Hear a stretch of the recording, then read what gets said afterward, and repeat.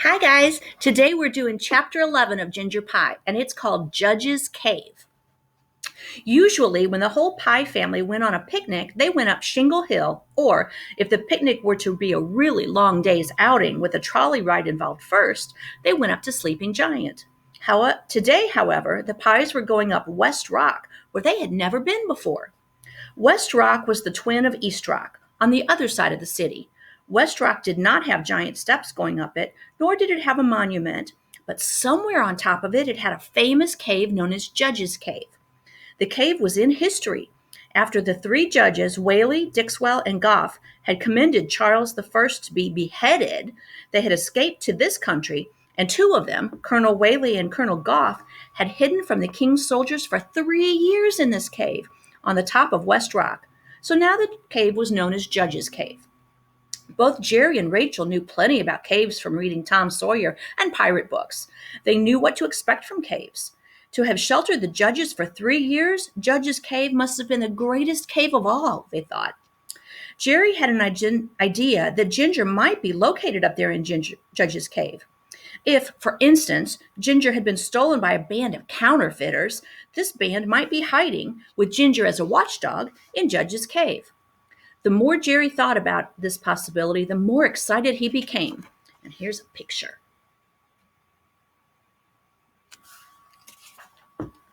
Last night, in the funny paper he had drawn for Rachel, sometimes instead of both of them working on the same funny paper and their hands getting in each other's way, he drew one for her and she drew one for him.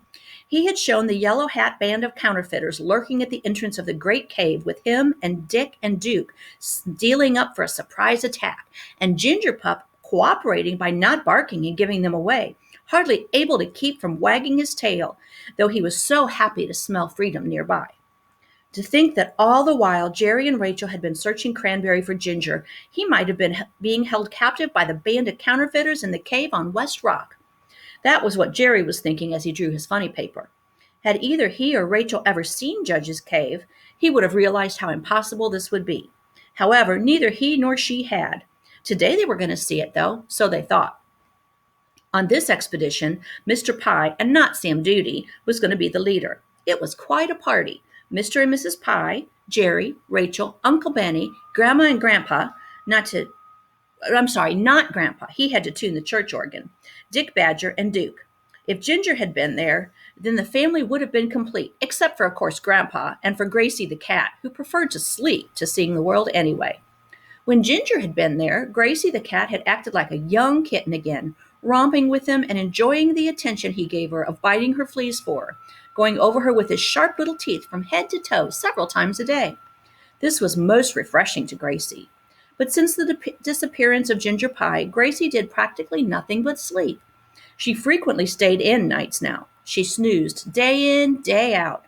She didn't mind in the least when all the Pies went off for Judge's Cave, leaving her all by herself in the high house. The trolley car that the Pies took was practically empty, and this was lucky since they were such a big group. What with lunch baskets, blankets, Duke and all. The little old motorman didn't like the idea of Duke being on his trolley. He didn't like any dog on his trolley, but a huge one like Duke, that was worst of all. Mr. Pie said persuasively to the motorman, "Well, of course, if this was rush hour, we would not be doing such a thing. But since it's not rush hour, what does it matter?" So the motorman said all right, and then he clamped his little jaws tighter. He was so disapproving. Then he said, "Rush hour or not, someone must stand in the rear of the trolley and keep that big hound dog there." This pleased Dick, anyway, for it's more interesting on a trolley to stand, either in the front or back, than it is to sit. Of course, Jerry stood back there with Dick and Duke, but Rachel, happy at the idea of going on a cave and bird trip with Papa, sat between him and Uncle Benny. Whenever Uncle Benny was sitting, that is. A great deal of the time, Uncle Benny was racing back and forth up and down the trolley. The conductor said he was worse than Duke. "He doesn't nip or bite," said Papa. And he said that Uncle Benny was hardly disturbing anyone since there was only one other passenger besides the Pies on this trolley at present anyway. This other passenger was Mr. Tuttle, the tall, short man, who, sitting in his pew at church, looked as tall as Judge Ball and Sam Duty, but who, the minute he stood up, was shorter than Papa, who was of medium height. Now on the trolley, this Mr. Tuttle was lost in thought, his hands cupped on his chin, his face plastered to the window. He didn't even change his thoughtful expression when Uncle Benny careened merrily against his knees. See the picture of everybody? Everyone in Cranberry knew Mr. Tuttle. With silent wags of the head and a few words formed silently with their lips, all the pie picnickers agreed that Mr. Tuttle's present pose, that of being lost in thought, was a most unusual one for him. Ordinarily, he had an expression best described as alerted. Mr. Tuttle was just the opposite of the unsavory character, for Mr. Tuttle was a doer of good deeds. Watching him now, Rachel thought of some of the good deeds she knew that he had done and was famous for. Once, during the Christmas pageant in church, the wings of one of the little angels caught on fire from a candle. Mr. Tuttle saw this before anyone else was even aware of the danger. He rushed up the aisle, and though this was church and a solemn festival was going on, and he flung his overcoat over the little angel, putting the fire out with no harm done except for a singed wing. Quick thinking of this sort was what his good character was noted for. On trolleys, even when they were empty, he could choose from plenty of good places to sit, but Mr. Tuttle never sat down at all. He always stood at the back of the trolley, watching that boys did not jump on the cow fender and hurt themselves. Also, from his regular spot in the rear, he could open the window, reach out, and adjust the trolley if it came off the wire, so that the tired motorman would not have to get up and do this. I thought that was really interesting, that the trolley goes on the wire and it would come off sometimes. I didn't know that would happen. He also knew where all the switches along the route were that might have to be changed. At these points, he was right up front then, waiting to get out the front door, switch stick in hand, to make the adjustment. He did this, getting from the back to the front of the car with no fuss at all or pushing people aside. It was as though he floated through the air to the spot where he was needed the most. These were the reasons why it was so surprising to the Pies that he was sitting now in an ordinary seat. The Pies thought it was a wonder that the 2nd Avenue trolley line didn't put him on the payroll, but he would not have liked this, for he did things out of kindness of his heart and for no other reason. Now suddenly the tall, short man stood up. He raced to the front of the car and ordered the motorman to stop. No one would dream of disobeying Mr. Tuttle, even a motorman, and he stopped the car. All the Pies waited curiously for developments, imagining Mr. Tuttle had seen a dog fight perhaps and was bent on separating the dogs. But that was not it. Mr. Tuttle's face wore an expression of suppressed excitement as presently he thrust it back into the trolley. "Clear the trolley," he ordered. The motorman was inclined to doubt, for he was acquainted only with Mr. Tuttle's switch and trolley activities. He knew nothing of the angel in the church and the fires. "The trolley happens to be on fire," the tall, short man said. The motorman grumpily turned around and gave a general get-out gesture to the Pies. "Women and children first," said Mr. Tuttle gallantly. All the Pies filed out. Duke seemed very pleased. Mr. Tuttle shepherded them in the proper order as though saving them from the Titanic. All looked under the trolley, and sure enough, a little smoke thinly wafted its way out. "We could make it to the car barn," grumbled the motorman. "Not with women and children aboard," sternly rebuked the tall, short man. This was all a great nuisance, for the Pies, with all their paraphernalia, had to wait for the next trolley.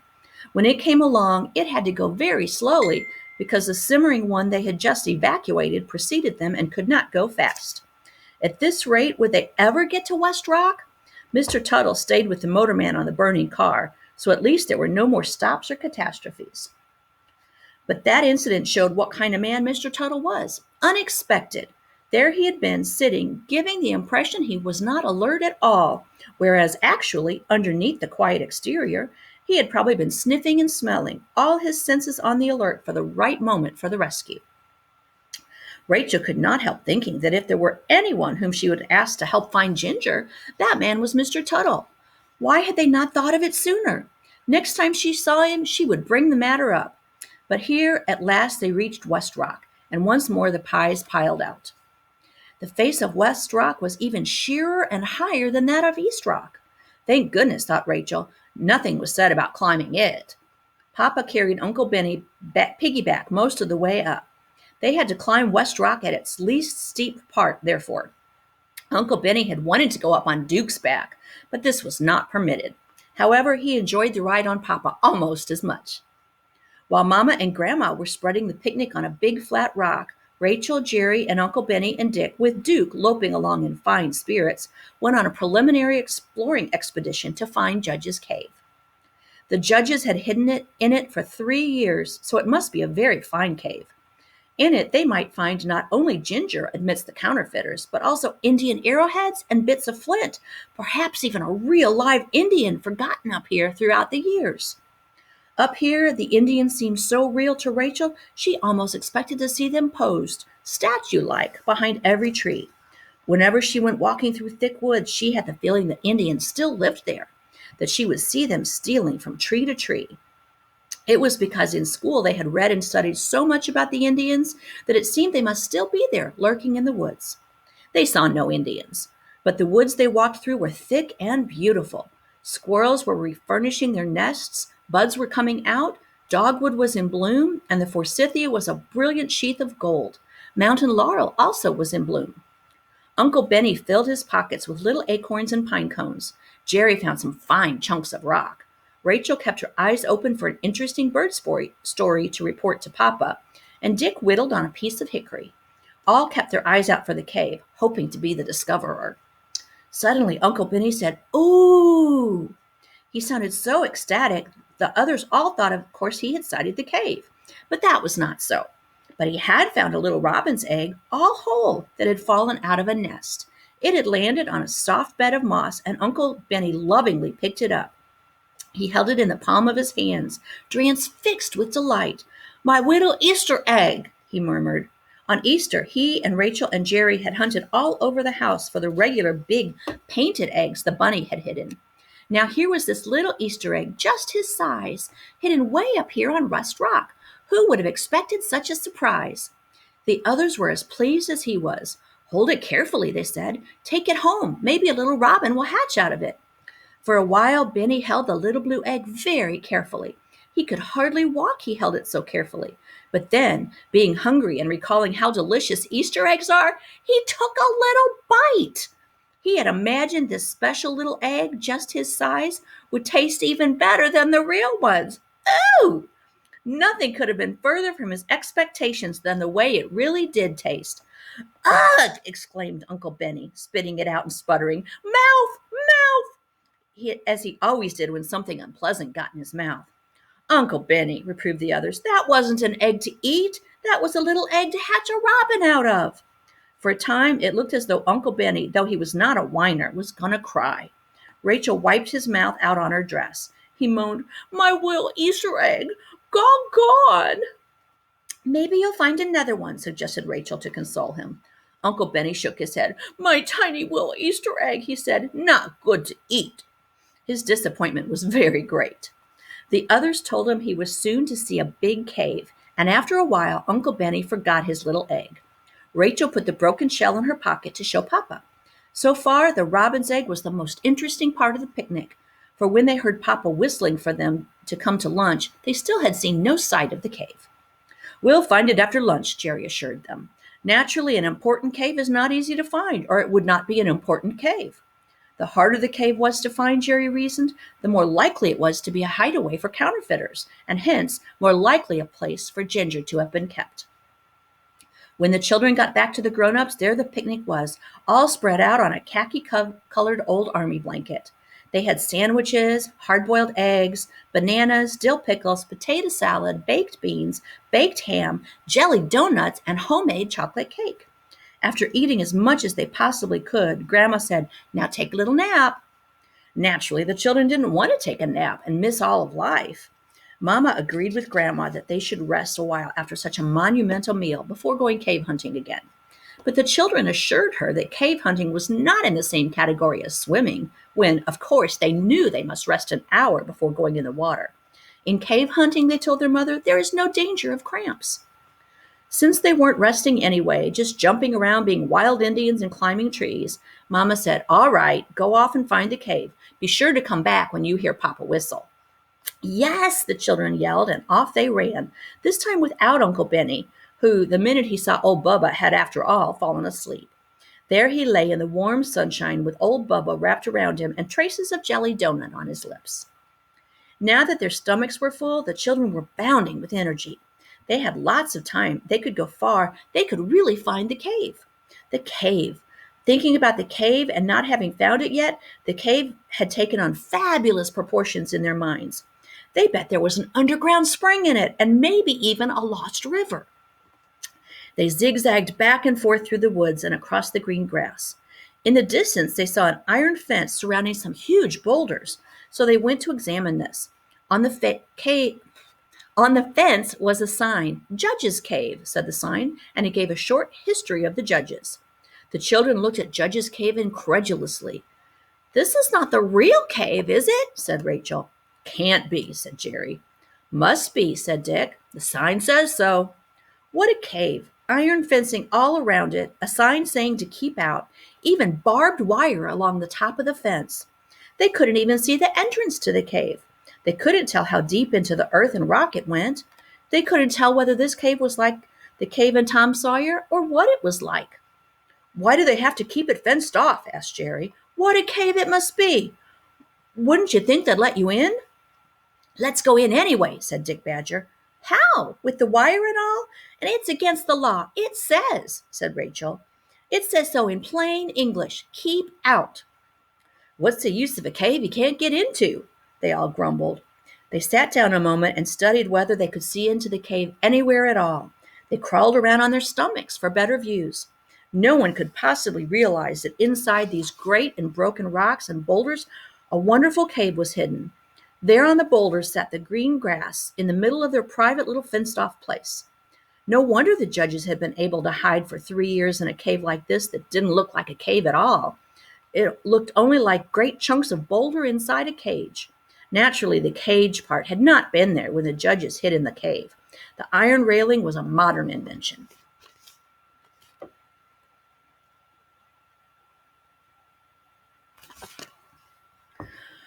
"In old times it was better," said Rachel. "They didn't have cages around things." "Still, this is a perfect place for counterfeiters and dog thieves to hide," reflected Jerry. He was reluctant to give up the idea of the counterfeiters. Detectives would never think to look for them in there with all the signs and wire and fence to keep them out. The children thought excitedly of the forbidden cave. Recovering from their first disappointment, they began to think what the cave must look like. It must indeed be a very special one to be fenced off like this. If they could only have one peek or just one little crawl. They sat on the grass considering the cave so long, Rachel almost thought, in the deepening shadows of afternoon, that she could see a judge stick his head out of the very ground for a second and then disappear. Oh, to get inside the cave! To be this near a real cave and not be able to get in! What was the use of the cave? That was what they wondered disconsolately. But they couldn't break a law that was printed in plain English right before their eyes. "Never say die," was the motto of Dick Badger. "It doesn't say no dogs allowed, and we could boost Duke over," he said. "We could tie a long string to him, and unwinding it, we could tell how far in he goes, say 100 yards or a mile or what?" "I have a long string, but not a mile of string," said Jerry. Unfortunately, in the end, they all had to ruefully admit that even sending Duke in was impossible, what with the iron fencing and the barbed wire too. The men who put up this fence really meant it when they said stay out. They meant dogs too, without a doubt. There was one other possibility. Maybe this cave had another entrance nearby, or an exit hidden. They hunted around in the woods, and they commanded Duke to do likewise and find more cave. Duke obligingly sniffed around, but he did not disappear anywhere nor sink into the earth, in spite of their earnest entreaties. He wanted to loll on the sunny sward, and that was all. The search for the other entrance, which they were not sure existed anyway, occupied them until they heard Mr. Pie's whistle and they had to go back. The children complained to Mr. Pie about the cave, and he said the whole party would go back that way and at least see the outside of the historic site about which many authors, including Scott and Cooper, had written stories. "See, Papa," said Jerry wearily when once more they stood outside the judge's cave. "It says keep out. Why?" "Of course," said Mr. Pie. "I could have told you that. It's to keep souvenir hunters from chipping it all away." "Mean to say souvenir hunters would take away Judge's cave?" said Rachel. "How could they take away a cave, which is a hole?" "They chip away a piece here and a piece there, and soon you have no cave. There are fences around most historic sites, so souvenir hunters won't swipe the entire business. Around Plymouth Rock, for instance. There's a fence around it and other such places." "Oh," said the children, glad there was some sensible explanation for the fences. But imagine people chipping things away. What was the matter with people anyway? That was what they wanted to know. If people didn't go around chipping pieces off caves and rocks and things like that, they could have got into the cave and played pirate and explored it and had a wonderful time. But then Papa said, so they wouldn't be too disappointed, that he had heard that Judge's Cave had caved in anyway.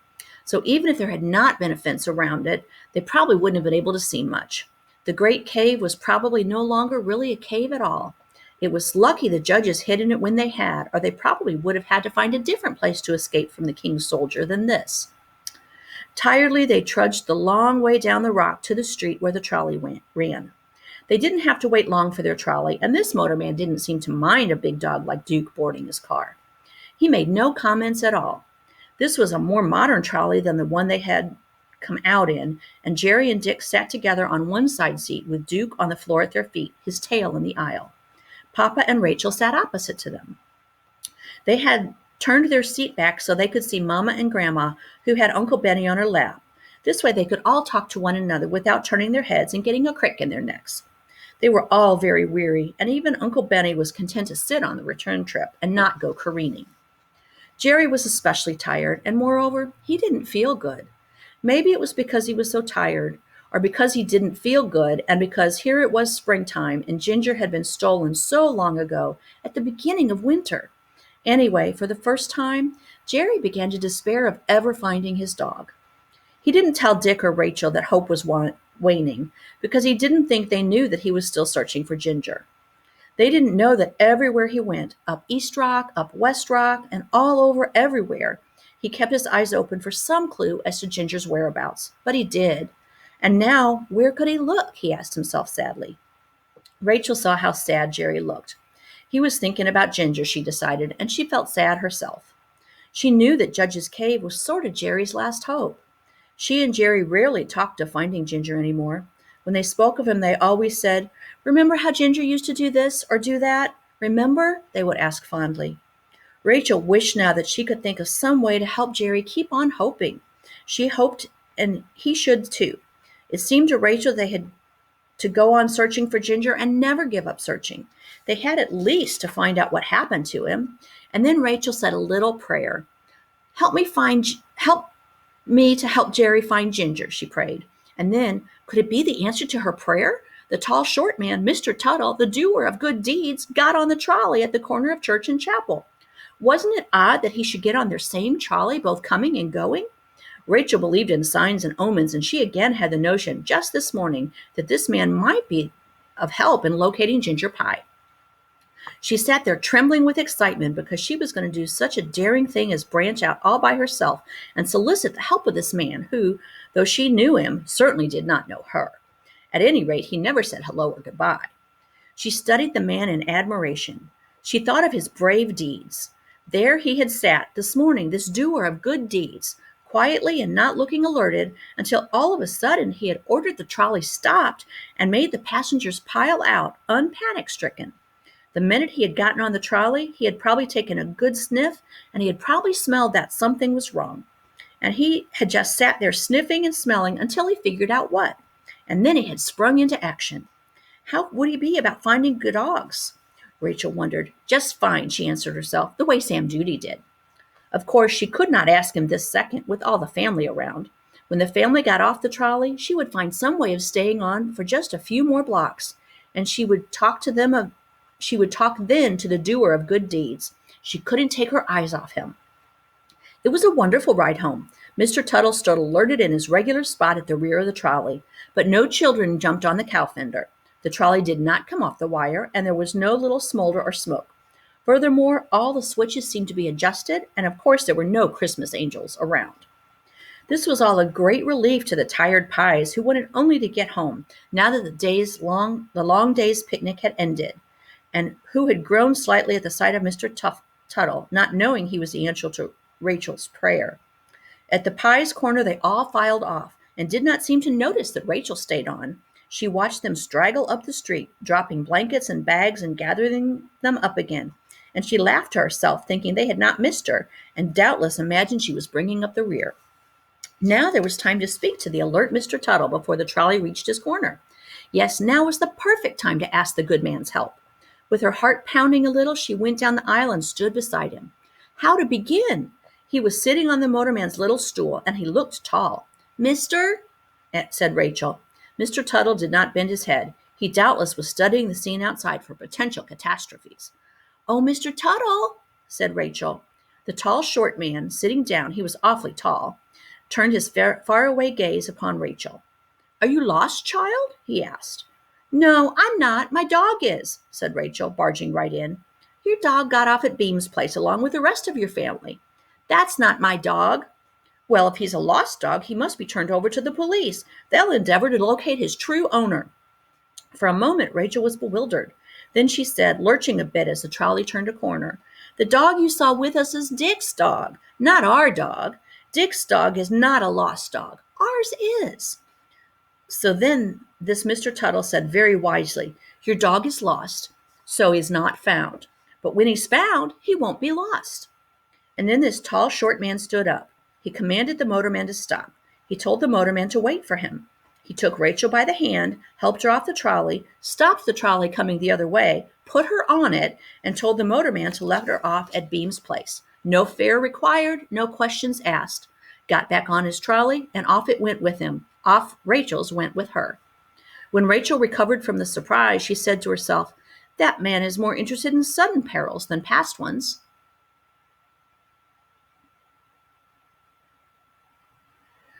I'm going to say that again because it looked like the computer stopped for a second, so I might say this twice. When Rachel recovered from the surprise, she said to herself, That man is more interested in sudden perils than past ones. Nothing had been gained by staying on the trolley and trying to tell him the story of lost Ginger. But then nothing had been lost. She repeated to herself wonderingly, Your dog is lost, so is not found. But when he's found, he will not be lost.